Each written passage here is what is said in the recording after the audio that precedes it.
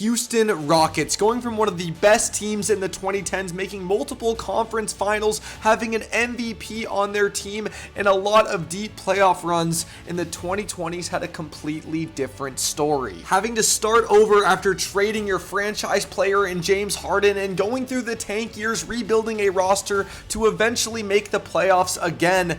This is the entire Rockets rebuild explained.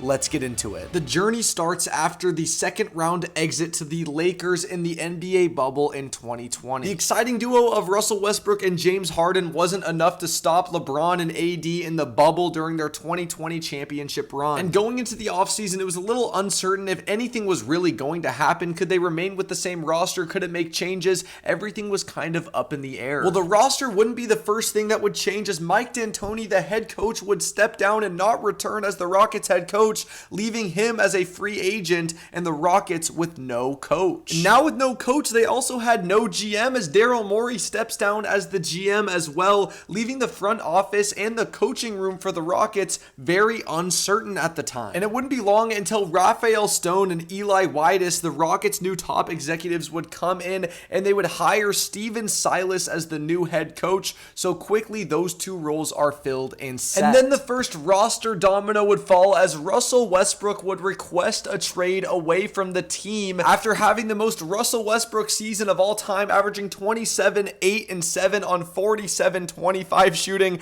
and 4.5 turnovers per game. And this wasn't the craziest thing of all time, but it was a little shocking to Rockets fans to see that Westbrook requested a trade before the season even started. And there were some Rockets insiders that were speculating why he requested this trade, saying that playing under a new head coach isn't going to be good for Russ, and also he didn't like the way that the Rockets ran their offense. And there was also inklings that Harden might bail to Brooklyn for KD and Kyrie, and so Westbrook did not want to stay around on the Rockets if that was going to happen, so he asked out first. So the Harden-Westbrook experience in Houston was already over after only one season, and it was the pandemic bubble season, so we didn't really get to see this team do what they could do, but it's sad Russ is going somewhere else. What are the Rockets going to get back? But before they traded Russell Westbrook, they actually would trade Robert Covington as his second tenure with the Rockets ends, as Houston begins to retool the lineup here. And they would get what they got back for Robert Covington to actually flip to the Pistons, Trevor Ariza, and the 16th pick, that was Isaiah Stewart at the time, for Christian Wood. They're bringing back Christian Wood, so again, retooling the roster here. Are they going to win? Are they tanking? Russ has requested a trade? What's going on? And even more moves for the new GM Stone. He's going to make some signings, including Jason Tate and Austin Rivers, and then actually make a trade for Kenyon Martin Jr. And they do a bunch of other signings as well right before. Wait, does that say they signed Boogie? This team is winning the chip. Oh my gosh, DeMarcus Cousins, Houston Rockets reach an agreement on contract. It's over. Harden and Boogie duo. The league is cooked. So boom, Russell Westbrook traded to the Washington Wizards for John Wall and a first round pick. Oh my goodness. John Wall back to Houston. Could this work with Harden? Russell Westbrook out in the Eastern Conference now. Oh my goodness. Guys, the trio of John Wall, Boogie, and Harden, this is going to be a championship trio. I agree with Remo Bucks at the bottom. Only a matter of time before Boogie is back to himself. Let's just take a quick look at what prime Boogie actually was. Oh my God. Yeah, okay, back to the video though. So in game 1 of the NBA season, now this entirely new roster, Russell Westbrook is gone, but Harden goes for 44 and 17 in a 2-point overtime loss to the Blazers, and Christian Wood, 31 and 13, that duo looking mad nice. And also John Wall and Boogie were both out for this game. So could this Rockets team still be competitive around Harden this season? I mean, I don't really know. We're now 6 games in and Boogie gets his first start on the team. John Wall is playing with Harden and they lose to the Pacers. John Wall, a decent game. Harden, a terrible game. And yeah, this team is looking pretty trash. And there was a bunch of talk about Harden getting traded from the Rockets and how he didn't want to be there. And guys, people were saying he was pulling up in fat suits trying to get the team to trade him. I mean, look at him here. This has to be a fat suit. Just imagine being a Rockets fan throwing on the game and you see your star guard that's been on the team for so long looking like this. This is a yikes. And it came to the point where in a pregame interview after game number 8 of the season, Harden would kind of just let it all out and say, yeah, I kind of want to be traded. And let me just let him talk. The situation is crazy. You know, it's something that I don't think can be fixed. So, yeah, thanks. So dude just gets up and leaves, and I mean, it's looking like he's just going to be traded along with Russell Westbrook, who just got traded. So are the Rockets going to be going into a rebuild now? They still have John Wall, Boogie. This is kind of a weird middle ground right now for this team. Are they going to pick a direction? Da-na-na, da-na-na. The Rockets trade James Harden to the Nets. The Nets now have Kyrie, KD, and Harden. And it looks like a couple other teams are actually in on this trade as well. It's looking like the Cavaliers will be scooping up Jarrett Allen, and also the Pacers are sending Karis LeVert to the Rockets, and a couple other here and there things to make it work. But then it seems like now Karis LeVert is heading to the Pacers, and in return the Rockets are getting back all-star guard Victor Oladipo, a little bit past his prime at this point, but still they're getting back Oladipo. Are they trying to remain competitive? So Victor Oladipo, welcome to the Rockets, and James Harden is traded, guys. James Harden, the Rockets MVP, averaging 36 a game. He's averaging 40. Everything that's happened, all those moments, he is now out of Houston. And then a couple of days later, the Rockets would trade 1 second-round pick for Kevin Porter Jr., so loading up on some more young players here. And Oladipo was low-key cooking for the Rockets. As you can see, they're winning these games. He's dropping 32, 22, 20, 25, and it's looking like Oladipo is kind of coming back into himself here. But it wouldn't be long until the Rockets would go on an insane losing streak, 20-game losing streak, going from 11-11 or 11-10 to 11-30. And guys, Victor Oladipo, John Wall, these players are playing during this streak. This is really bad. And during this losing streak, the Rockets would waive Boogie, leaving him without a team. But after this losing streak, the Rockets GM Rafael Stone would start making some moves, kind of leaning towards a traditional rebuild, starting with trading PJ Tucker to the Bucks for some picks and DJ Augustine. And the Victor Oladipo saga was officially over in Houston, as he's getting traded to the Heat for Avery Bradley, Kelly Olynyk, and a pick swap in 2022. So goodbye, Oladipo. You are out of Houston. And the rest of the season was pretty uneventful for the Rockets, losing a bunch of games. And you might be wondering, why is John Wall still on this team? They should have traded him.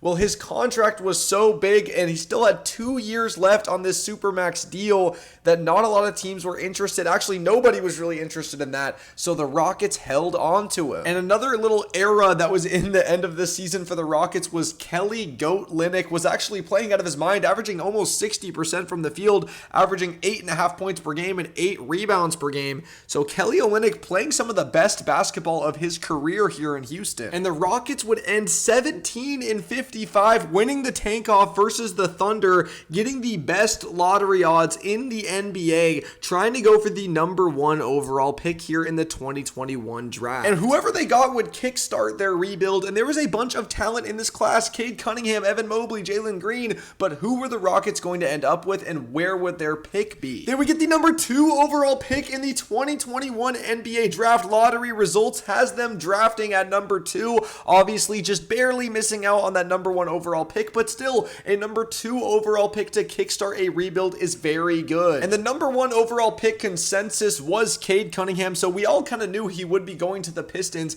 So at #2, you have a lot of options. There's not really a consensus 2 in this draft. There's Jalen Green, there's Evan Mobley, there's Jalen Suggs. Where would the Rockets go? And guys, this was somewhat of a conversation. Everyone kind of knew Cunningham would go first, or do they go Jalen Green, the 6'5" played in the G League guy, Evan Mobley, Jalen Suggs? But people were saying that the Rockets preferred Green, and selecting him would make perfect sense. Not only scoring is his premium skill, but he's also flashed a playmaking ability. Okay. And boom, the Rockets draft Jalen Green out of G League Ignite with the 2nd overall pick. Their rebuild is now officially underway. They have the new #2 talent of this draft class on their team. Oh my goodness, this is amazing to see. And the Rockets would also make a trade in this draft, trading for Alperen Şengün, the 16th overall pick. They would trade a 2nd-round pick and a future first to the Thunder for Şengün, and then they would draft Josh Christopher later in the draft. So they now have Jalen Green, Josh Christopher, and Alperen Şengün to help headline the start of this rebuild. And if you were wondering what was happening with John Wall at this time, well, him and the Rockets would actually come to an agreement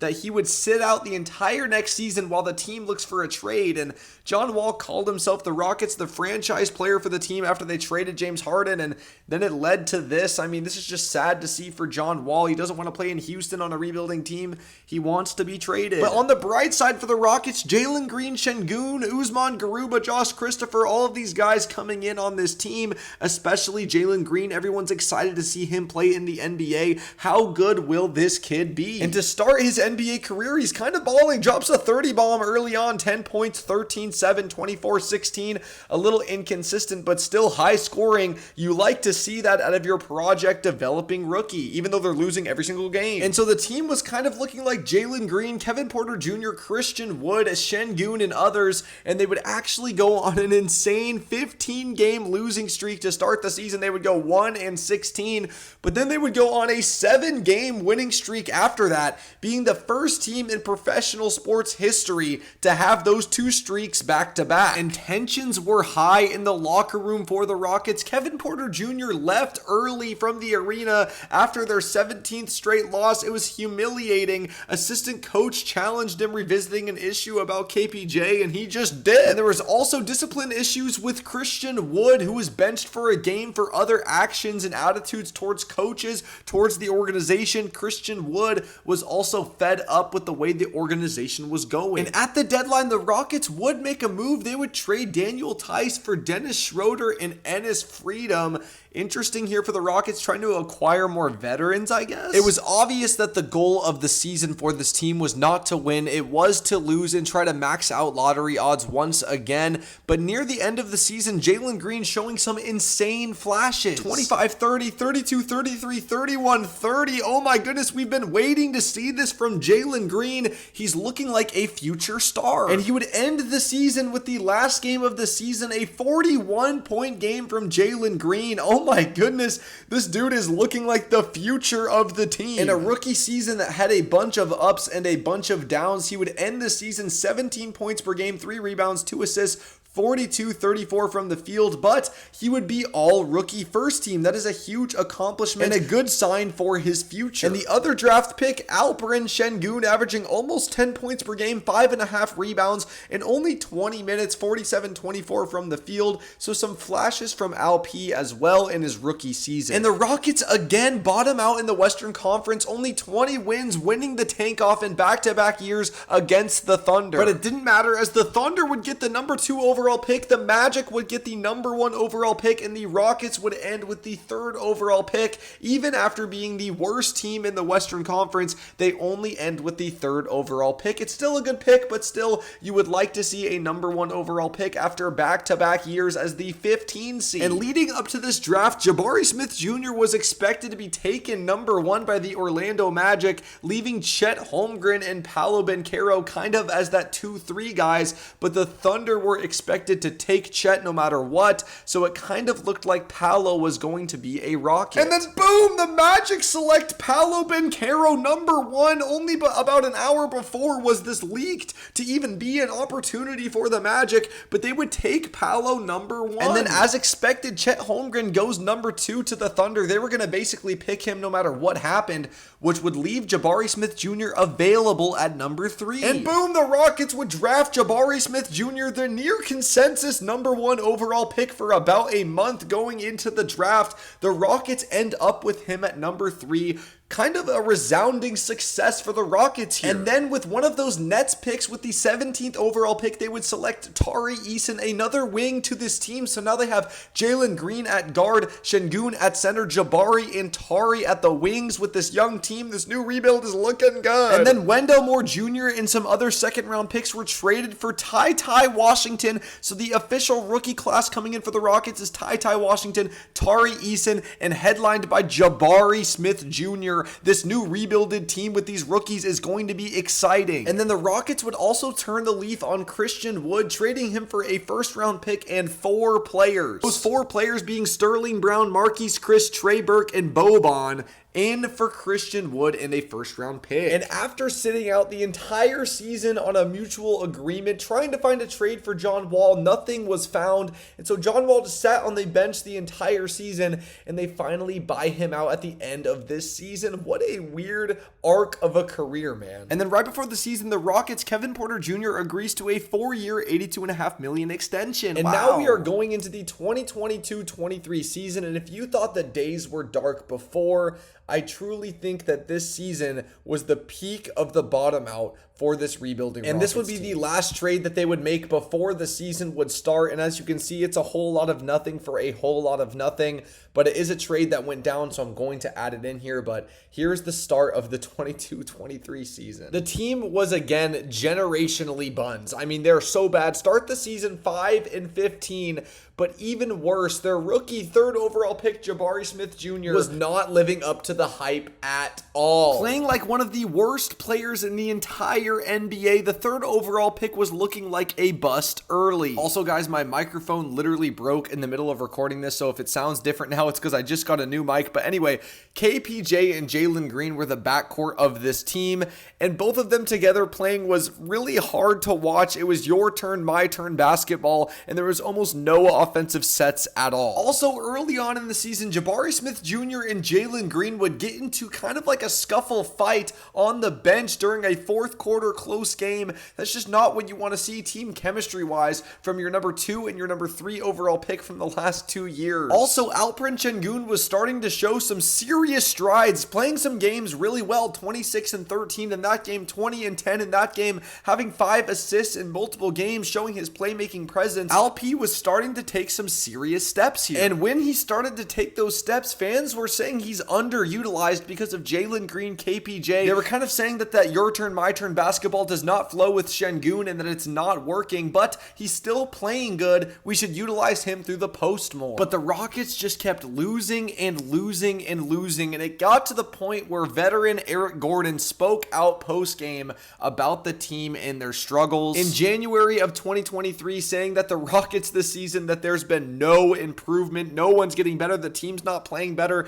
It's just the same old thing as the last 2 years of being the 15 seed, man. That's just not what you want to hear from your veteran. But when you're running out the youngest team in NBA history, I mean, what more can you expect? There was a bunch of locker room problems, tension behind the scenes with the coach, with the players. It was almost like the sky was falling in Houston and nothing was getting better. And guys, in one of the funniest deals in NBA history, Eric Gordon gets traded at the deadline to the Clippers for John Wall. Yes, I'm not making this up. The Clippers receive Eric Gordon and 3 second-round picks. The Rockets receive John Wall, Danny Green in a pick swap. He's back, bro. You can't run from Houston. And yes, they would waive him like the same day, as well as Danny Green and Boban and Justin Holiday from another deal that we'll look at in a second. But I just feel like that's so funny that he got traded back to Houston. So the other deal that we're looking at is Bruno Fernando and Garrison Matthews to the Hawks for Justin Holiday and Frank Kaminsky and then some picks.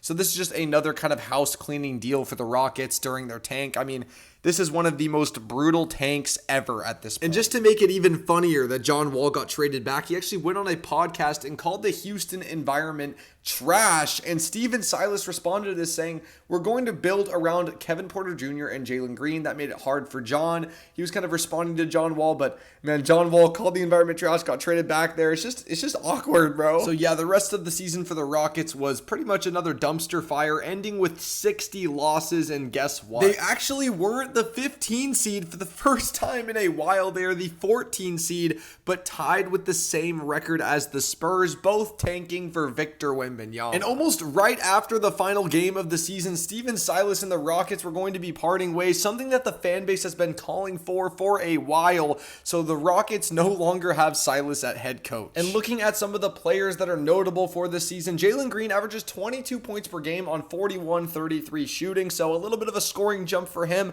That's That's what we expected, even though they were absolute trash. Şengün, almost 15 points per game, 9 rebounds per game on 55% from the field. So that's a good step, seeing from your 16th overall pick, Şengün playing pretty well. And then you had Jabari Smith Jr. making an all-rookie second team.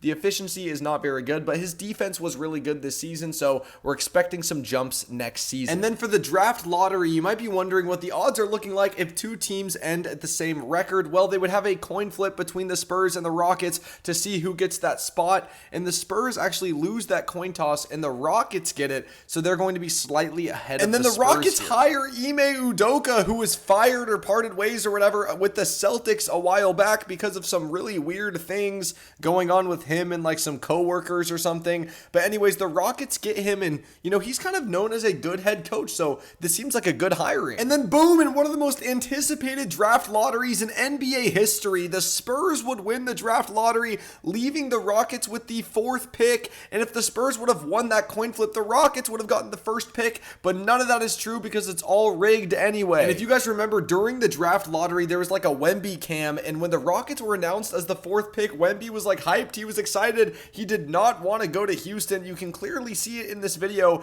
He holds up the Houston Rockets thing, and Wemby's like, yes, I'm not going to the Rockets. So I'm sure all of you Rockets fans remember that moment. However, in a super talented 2023 draft class, they would end up with Amen Thompson at the 4th overall pick, which is a great pickup. Another guard forward for them, defensive-minded player who also looked like a really good facilitator at the time as well. He looks like he'll fit right into this team. And then the Rockets also draft Cam Whitmore at number 20, which was crazy at the time that Cam Whitmore fell to number 20. A lot of people had him going inside the top 20, some people in the top 15. So snagging Cam Whitmore at 20 seemed like a huge win for Houston here. Then the Rockets would make a couple more signings, getting Jeff Green and Jock Landale on the team, and then also trading a pick for Patty Mills. Interesting. And then boom, the Rockets would sign Fred VanVleet to the team, a former All-Star, former champion, bringing some more veterans to this team that was littered with a bunch of young players that kind of seemed like they were undisciplined a little bit. Bringing in Fred VanVleet, this is a huge signing. And then the Rockets trade for Dillon Brooks in this massive 5-team trade, a huge trade with so much going on, but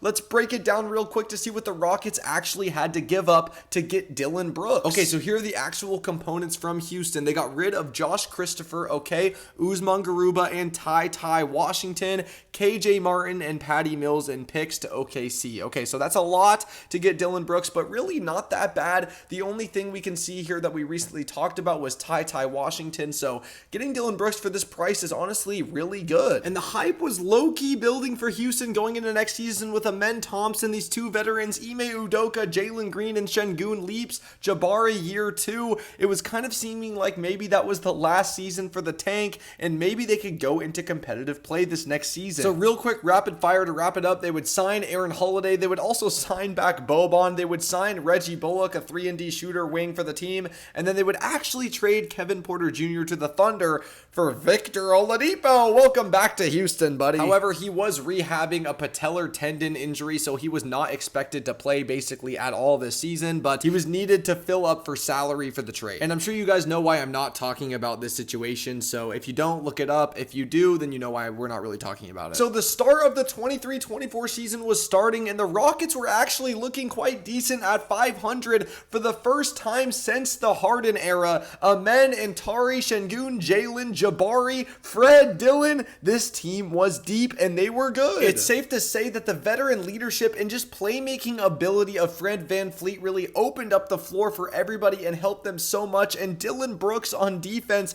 his defensive energy and leadership was huge for this team, making them one of the best defensive teams in the league. And so this is their starting lineup for the first little bit of the season. As you can see, most of the time it's Dillon Brooks, Jalen Green, Alperen Şengün, Jabari Smith Jr., and Fred VanVleet. So that means off the bench they have Amen, they have Tari, they have Aaron Holiday, they have these other players that are also on the team. And the Rockets would deal Victor Oladipo at the deadline for Steven Adams, so a good deadline deal right here. here. And guys, Alperen Şengün going into January was playing like an absolute all-star. I mean, just look at these numbers: 37, 30, 24, 28, 26, 30, having 8 assists, 9 assists, 10 rebounds. This guy is different. I mean, look at this game on Wemby: 45, 16, 3, 5 steals on 59% shooting. What a game from Şengün. That step that we seen from him wasn't really expected to be this much of a leap, if I'm being real. And then in mid-March, Alperen Şengün would go out with an injury, as you can see, missing a bunch of games in a row, but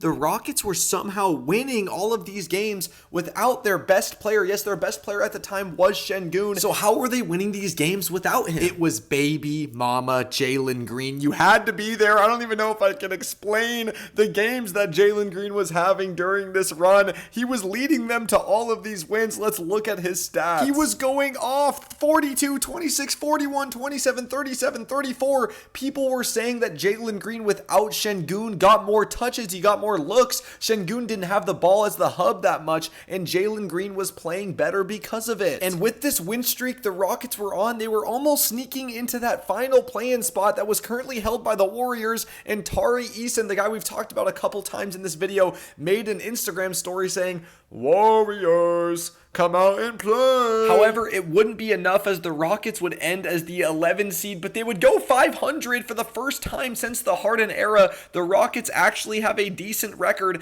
The West was just so crazy this year that a 500 record was actually the 11 seed. And Tari Eason only played in 22 games this season, not really showing that much on offense. I mean, he's decent, but his defense was really good during those 22 games. But let's go through the rest of the roster. Fred VanVleet would average 17 points on 8 assists per game. Şengün would have his breakout year, averaging 21, 9, and 5 on 53% from the field. Jalen Green would check into all 82 games, and his scoring would go down a little bit, but that's expected adding all these extra pieces. But during that last stretch, he really looked like an all-star. Jabari Smith Jr. showed the efficiency increase that we needed to see from him, and the defense was still elite, so he was looking like a forward of the future. Dillon Brooks would average around 13 points per game on 42-35 shooting, but again, his defensive leadership was really where he made his money. Amen Thompson already looked like one of the best defenders in the NBA, and he was super dynamic on offense, doing everything well but shooting the three. And Cam Whitmore averaged 12 points per game in only 18 minutes. He was one of the players that shot the ball the most when he was in, and he honestly showed some flashes of being an elite scorer. And Steven Adams, the guy that they traded for at the deadline for Victor Oladipo, didn't play a single game as he was still rehabbing a knee injury. So the Rockets' future was looking super bright at this point, just going 41-41. The majority of the roster is super young. You have a new head coach. You have some good veterans around the team. Next season was looking super bright for them, and kind of like they were eyeing their first playoff appearance. And the Rockets would actually end up getting the 3rd overall pick because of the Harden deal. The Nets pick was the 3rd overall pick, so they will be drafting in the top 4 again. And then the Rockets made a deal that never really made sense to me. They would basically trade the Nets' future picks for the Suns' future picks. And this never really made sense to me because obviously the Nets' future is going to be worse than the Suns, so why would you do this? Anyways, the Rockets would draft Reed Shepherd out of Kentucky with the 3rd overall pick. People comparing him to Steph Curry with a 40-inch vertical. This guy's going to come in and learn under Fred VanVleet and also try to be a point guard to help out the team now. The Rockets would also trade for AJ Griffin, but everyone knows he would retire to follow his fate. And so going into the 24-25 season, they were making their predictions for each player, and as you can see, Dillon Brooks' text leader is just hilarious, but the expectations are that the team makes the play-in at least or more than 41 wins, which should be in about that range. And the Rockets were absolutely cooking to start the season, going 22-11, playing amazing basketball behind the veterans, the new players, the young players that are growing up in front of us. Şengün is playing like an all-star, and Amen Thompson and Tari Eason are known now as the Terror Twins behind Dillon Brooks. This defensive wing stacked lineup is crazy, and Amen Thompson is arguably the best defender in the NBA, not named Wemby at this point. And Şengün was having games back-to-back triple-doubles, 31-point double-doubles. He was playing like an all-star, and the Rockets were up there in the top 3 seeds. And Steven Adams didn't play that much at the beginning of the season, but as the season went on, him and Şengün were sharing time on the floor together, creating a double big lineup that was a matchup nightmare nightmare for other teams. And Jabari Smith Jr. was starting for most of the season until he got hurt in early January, and Amen Thompson starting, and he did not look back. He really looked like the Rockets' best players at some games. Look at that game, 33 points on 68% shooting against the Celtics. He actually even hit a game winner in that game. Amen Thompson, one of the best defenders in the league, also being that good on offense. It's like you have to start him now. And now it is all-star talks. All-star teams are being selected soon, and Şengün will be an all-star for the Rockets. The guy we saw got traded from the Thunder to the Rockets, playing up and improving every single season, going from a bottom feeder every year to an all-star in one of the top teams in the West. What a huge accomplishment for Alp. And at the time, a lot of people thought maybe Jalen Green should get the spot. He was playing really good as well. It was kind of him and Şengün leading the charge in the talks for the Rockets all-star because they were the 2 seed at the time, so someone's got to be an all-star. So Jalen Green not getting all-star wasn't crazy, but if he was an all-star, that would have made sense to me as well. And the Rockets in and around this time were looking really good, 37-23 at that moment, and it was a sigh and a breath of fresh air for Rockets fans saying we're no longer tanking, we're actually winning, we're actually going to make the playoffs and see a playoff series for the first time since the Harden era. This is just so amazing to see. We would also get March Jalen Green once again, 26-30, 32-21, 33 in March, winning a bunch of games as well for Jalen Green, and he just looks like an amazing young player that's only getting better. And at the end of the season, the Rockets end with 52 wins, being the number 2 seed in the Western Conference. Absolutely ridiculous, going from the 11 seed to the 2 seed. A jump like that is insane, and the Rockets are making the playoffs. Guys, this team is so young at this point. Fred and Dylan are really the 2 veterans. Steven Adams and Jeff Green are on the team too, but the entire team is built around young players. Tari, Jabari, Şengün, Jalen Green, Amen Thompson. This is insane to see a team like this get the 2 seed. Unfortunately for the Rockets, though, it doesn't matter if it's pre-rebuild, Harden era, post-rebuild, Şengün, Jalen Green, Amen Thompson era.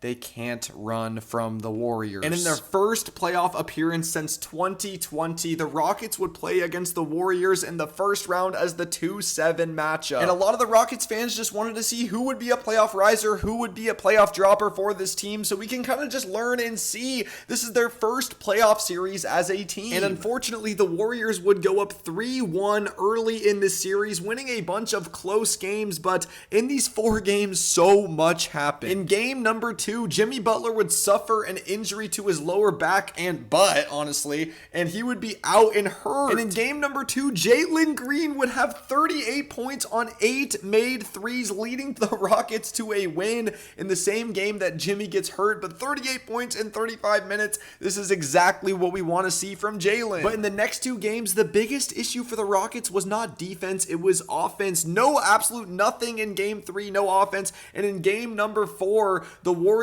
did win the game, even though Şengün had 31. They just didn't have enough help for Şengün in that game. Jalen Green had a terrible game, and that's how the Rockets would go down 3-1. However, the baby Rockets would claw back and force a game 7, winning back-to-back games, trying to get the Warriors to blow another 3-1 lead. And how would they do this? In game 5, the Rockets would get kind of a team effort from offense here. Şengün, Amen, Fred, Dylan Brooks, all contributing to help them put up 131 points. And then in game number 6, it was kind of the same thing, but Fred VanVleet near 30-point triple-double, 29, 8, and 8, 21 and 14 from Şengün, 17 from Steven Adams, and 14 from Amen. So another team effort bringing this Rockets team together to force a game 7. However, the Rockets would lose in game 7. Again, the team effort did not work, only 89 points, 24 and 21 from Şengün, but Jalen Green with only 8 points. I mean, you're just not going to win a game 7 like that. And Buddy Hield dropped 33 on 9 for 11 from 3. I mean, what are you supposed to do if you're a Rockets fan? You just watch Buddy Hield drain 9 threes against you. Not even Steph. I mean, even though this happened, you still have to be happy about the season as a whole. I mean, Şengün averaged a double-double, 19 and 10, and played in 76 games. And Jalen Green played in 82 games, again, averaging 21 on 42, 35 shooting. So Jalen Green kind of showed showing that he can be a perennial 20-point per game scorer. But this year was really the year of Amen Thompson breakout year. All defensive first team for Amen Thompson,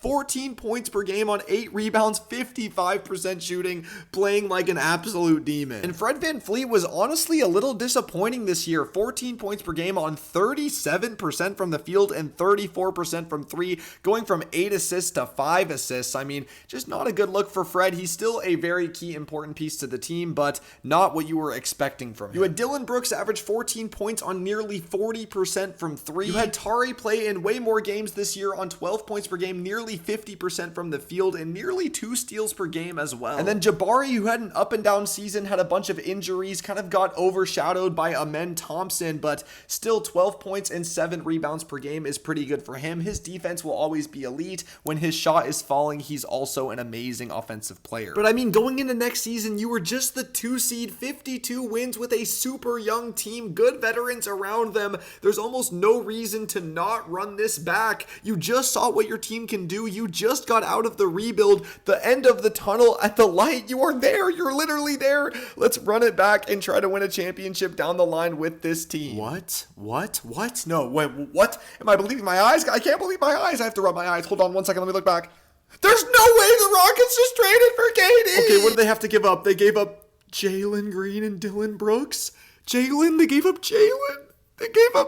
After everything this kid's been through on the Rockets, the horrible Steven Silas days to emerging as a 2 seed, nearly being an all-star, being a starter on a 52-win team with Dylan Brooks and everybody on the team, they trade him for an aging KD. And then the Rockets would also trade Cam Whitmore for 2 second-round picks, but that one I understand. The Rockets would also sign back Clint Capella and Dorian Finney-Smith. He doesn't get a graphic because, wow, that dude is trash. And they would also do a couple other signings, including Josh Okogie, which turns out to be kind of a big signing for this season. And then Fred VanVleet tears his ACL in late September before the season starts, so they're going in without their starting point guard. Is it Reed Shepherd? Anyways, now it's the Rockets 2025-26 regular season, going in with Kevin Durant. Obviously, championship aspirations are for this team after being a 52-win team last season. Now you trade away some of those pieces for KD, but you still expect to be right in that mix. And to start off the season, it looks pretty good for the Rockets. I mean, 17-9 is a really good record. You're competitive in the Western Conference. You're more than competitive. You're elite in the Western Conference with Kevin Durant on the team.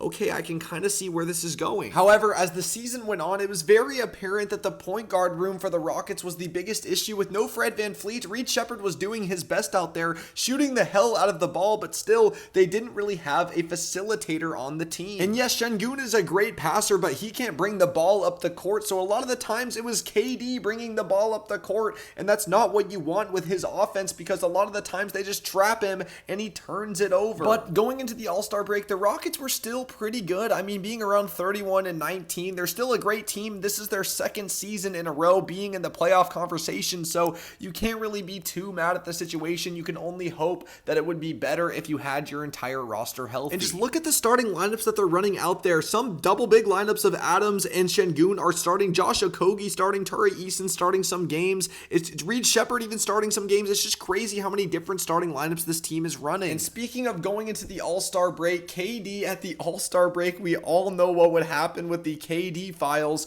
A bunch of leaked DMs on Twitter talking bad about his teammates and even other players. We're not going to go too far into it. There's whole videos out there on YouTube talking about it. If this is your first time hearing about this, I recommend going and watching a KD files video, but this was a really bad look for the Rockets. And Şengün would actually also be an all-star, so yay, yippee yay, good for Şengün. 2 all-stars now for him. And now another thing that made Rockets fans really mad was at the deadline, Rafael Stone, the GM, did not bring any point guards in to help the team, which was the main matter of things that were going wrong for the team, was that they didn't have a point guard out there, and KD was getting trapped and turning it over, but he didn't do that in one of the most active deadlines in NBA history. I mean, James Harden was available. He was going to be traded. You could go get Harden and bring this back and have this be an amazing story. Harden and KD teammates again. But no, they didn't go out and get any point guard. Kobe White, Ayo Dosunmu, so many options out there, but they're just running it with what they got. And so after the All-Star break, the Rockets rebound and run the rest of the season after the KD files, and they actually go on like an 8-game winning streak at the end of the season and end with 52 wins again, so the same exact record as last year. But 52 wins this season would only get you the 5 seed. It's crazy how much it fluctuates in the NBA. 52 wins last year gets you the 2 seed. This year it's the 5 seed. A couple years ago, 41 wins got them the 11 seed. It's so crazy, but the Rockets going into their first round matchup against the Lakers. And so Luka and AR are actually kind of set to be out for this series. Luka probably the entire series and AR at least a couple of games. So it's kind of looking like a smooth breeze for the Rockets. Oh my God, KD is out for game 1. He just played 79 games at the regular season. He got hurt in practice or some bullshit. Oh my God, what a nightmare situation for the Rockets. And so the Rockets would go down 3-0. There's no ifs, ands, or buts about it. They blew a terrible lead in game 3, but they're down 3-0. No team has ever come back from 3-0. In the game I circled, KD actually played in this game. He played 41 minutes. After missing game 1, he can come back in game 2 and play 41 minutes.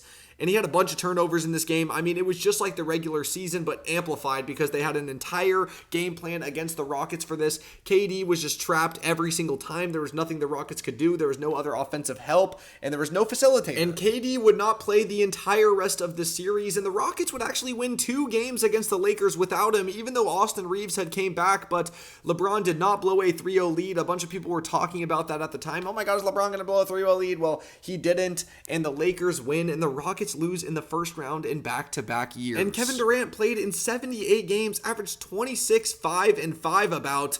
52, 41 shooting, Kevin Durant things, All-NBA second team. Şengün averaging 20 points, 9 rebounds on 51, 30 shooting in 72 games. Men showing another stride in 79 games, 18 points, 37 minutes per game, 53% from the field, 5 assists per game as well for him. Jabari averaging almost 16 points per game, 77 games played, 45, 36 shooting, again 7 rebounds per game. And Reed Shepherd, all 82 games for him, 13 points per game on nearly 40% shooting on 7 attempts from 3 per game. An insane breakout year for him. And Tari Eason playing in 60 games, 10 points per game. He had a crazy shooting year at the start of the season and then had a horrible stretch of shooting at the end of the season. So kind of an up and down year for Tari Eason. And then one more thing, Steven Adams, only 32 games for him. He did suffer with an injury, so he didn't play like a huge portion of the season. I think the last 70 or 60% of the season, he did not even play. And one of the main thing Rockets fans are saying is that Dick Van Meet didn't even play a single game. They needed a point guard. They didn't have their starting point guard all season, and that's why that they didn't do good in the playoffs. They could have been way better. They could have been like the 1 seed, and so maybe this offseason you can get some more guard depth. And boom, they signed Marcus Smart. I mean, he did just cook y'all in the playoffs. Maybe that's the move, but do you really think that's a long... I mean, I don't know. I mean, I guess it's a good move for now. They also re-signed Tari Eason during this offseason, so I guess that's good, bringing back one of the Terror Twins. And now that we're all caught up to present day, I just cannot believe this team traded for Kevin Durant after 1 season of success with their team. I guess that Jalen Green playoff series was enough for them to trade him away, but Kevin Durant, if they don't win with him this next season, he's probably going to walk or get traded somewhere else, and now that team is going to be left with giving up Jalen and Dylan for nothing. Obviously, that's not a guaranteed, but that's a possibility. I absolutely loved the way this rebuild was going before the KD trade. I just don't like it. I don't like trading your young players. Dylan Brooks as well, a great leader on the team, for Kevin Durant, an aging star who's been on a million different teams at this point and hasn't won anything without Steph Curry. I just didn't understand what would be different on the Rockets, and it seemed like nothing was different. They still didn't win anything, even though he was hurt, but I guess we'll see next season with Fred VanVleet on the team if anything changes. But let me know what you guys think in the comments about the Rockets rebuild. I hope you enjoyed this video. If you did make it all the way to the end, please drop a sub, please drop a like. I love making these videos for you guys. I take requests. I make any video that you guys request. I will probably make it. I love you all. Peace.